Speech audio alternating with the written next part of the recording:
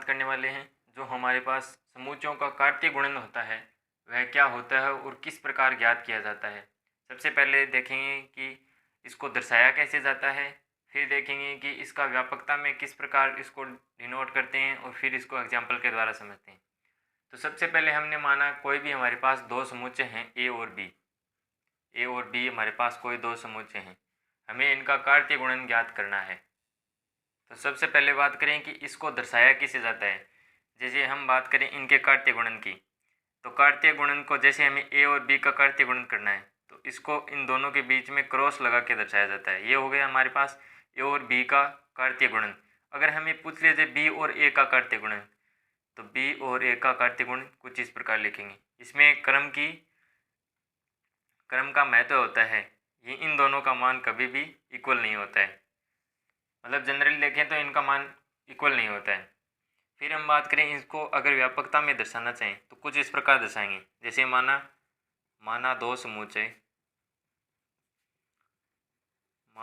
समुच्चय ए एवं बी हैं, तब इनका कार्तीय गुणन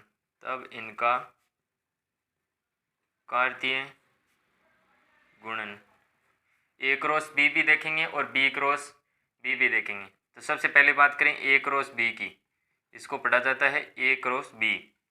अब हम बात करें कि ए क्रॉस बी में कैसे दर्शाएंगे, तो जैसे हम समूचे निर्माण रूप में, अब इसमें क्या होगा, जैसे ए है समूचे है, इसका अवयव आएगा एक अवयव, फिर बी का एक अवयव आएगा। कहने का मतलब इसके अंदर जो समूचे में जोड़े में आएंगे अवयव, तो जोड़े में कुछ इस प्रकार एक्स किससे बिलोंग्स करता है, एक्स तो बिलोंग्स करता है ए से और वाई बिलोंग्स करता है बी से।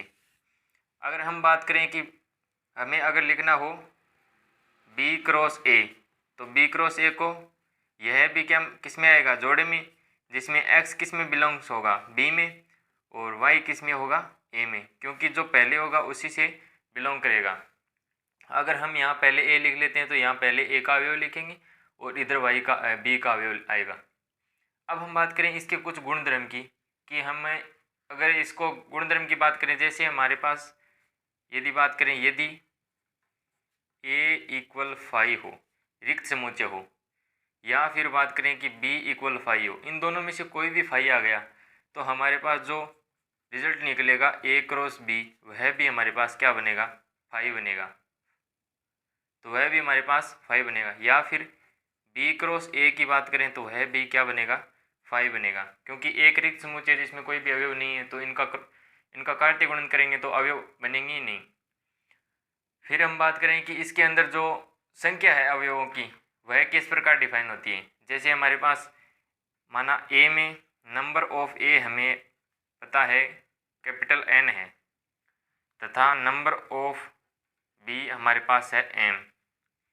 तो अगर हमें निकालना हो number of A cross B, A और बी का जो कार्तीय गुणन से जो समूचे बना है उसमें अवयवों की संख्या कितनी होगी, तो number of A cross b में जो अवयवों की संख्या होगी वह होगी m इंटू n। यह हमारे पास आ जाएगी इसमें संख्या निकालने का फॉर्मूला। जो दोनों में अवयवों की संख्या है उनको मल्टीप्लाई करना है तो हमारे पास number of A cross B आ जाएगा।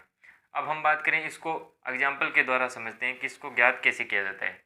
तो एग्जाम्पल के द्वारा समझे तो जैसे हमारे पास माना कोई भी समूचे है ए हमारे पास कोई समूचे है जिसमें 3 अवयव दिए गए हैं ए बी सी, और बी समूचे है जिसमें अवयव माने हैं हमने 2,5।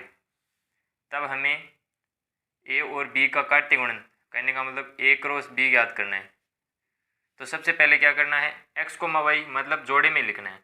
तो जोड़े में पहले किसका अवयव आएगा, ए का अवयव ए ले लिया हमने, इस ए के एक अवयव को इस बी के दोनों अवयव के साथ लिख देते हैं, कुछ इस प्रकार लिखेंगे।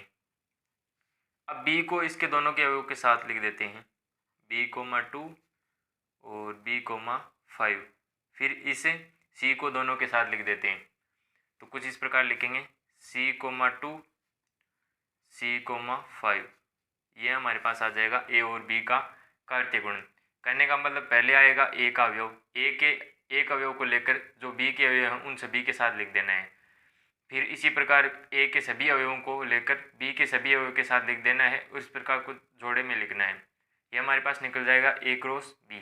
फिर हम निकालना चाहें कि बी क्रॉस ए और बी का कार्तीय गुणन ए क्रॉस बी या फिर बी क्रॉस ए निकालें, तो यह कुछ इस प्रकार बनेगा। अब की बार क्या करना है, बी के अवयव पहले आएंगे तो पहले 2 ले लेते हैं और 2 के साथ ए के सभी अवयवों को लिख देते हैं, 2 ए, 2 बी, 2 सी। फिर बात करें 5 के साथ सभी अवयव ले लेते हैं, 5 ए, 5 बी और 5 सी। यह हमारे पास आ जाएगा बी क्रॉस ए। कहने का मतलब ए क्रॉस बी लिखेंगे तो ए का पहले अवयव आएगा और बी क्रॉस ए लिखेंगे तो बी का पहले अवयव आएगा। अब हमने जो फॉर्मूला लिखा था ये देखते हैं कि यह सही है यानी।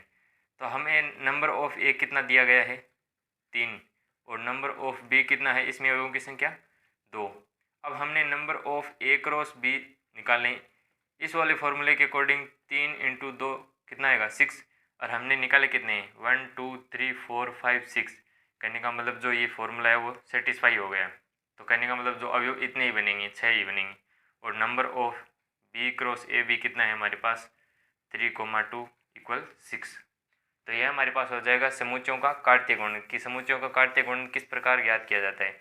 और इन दोनों में यह ध्यान में रखना है कि ए क्रॉस बी क्रॉस ए के इक्वल नहीं होता है कभी भी। तो यह था हमारे पास 2 समुच्चयों का कार्तीय गुणन किस प्रकार डिफाइन होता है, किस प्रकार इसको समुच्चय निर्माण रूप में लिखते हैं और किस प्रकार इसको सॉल्व करते हैं। तो अगर वीडियो पसंद आई हो तो लाइक शेयर सब्सक्राइब करना ना भूलें। अगली वीडियो में मिलते हैं, तब तक के लिए जय हिंद, वंदे मातरम।